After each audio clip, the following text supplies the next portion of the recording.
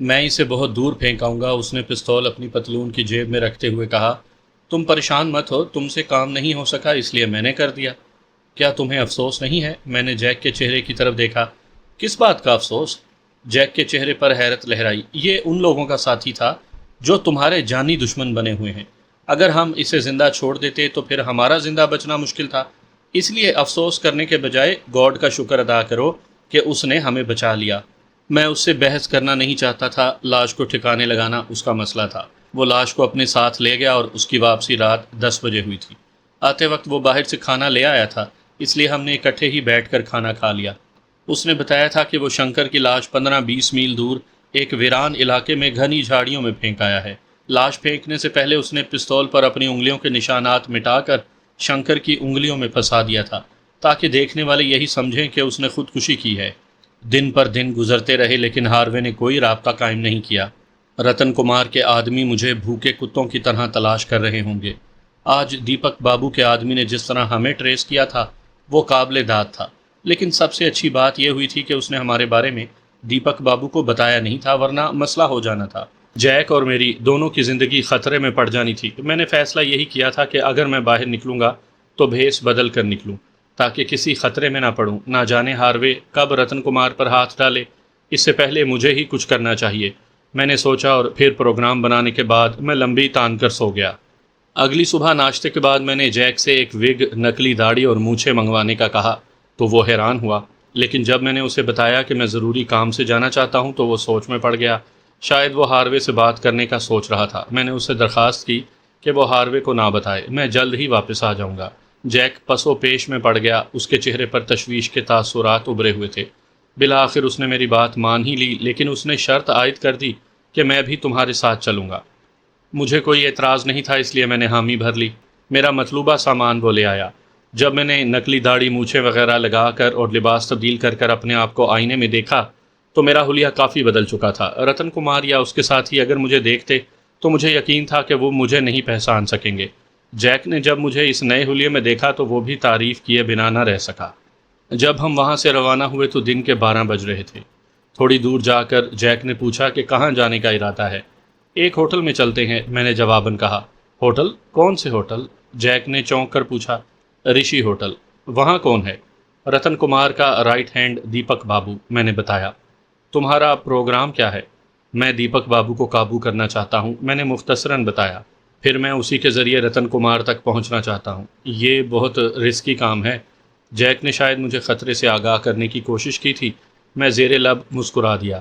Risk لینا تو میری عادت بن گئی ہے، میں نے جیک کی طرف دیکھتے ہوئے کہا۔ تم فکر مت کرو، میں احتیاط کروں گا۔ کیا تم دیپک کو اغوا کرو گے؟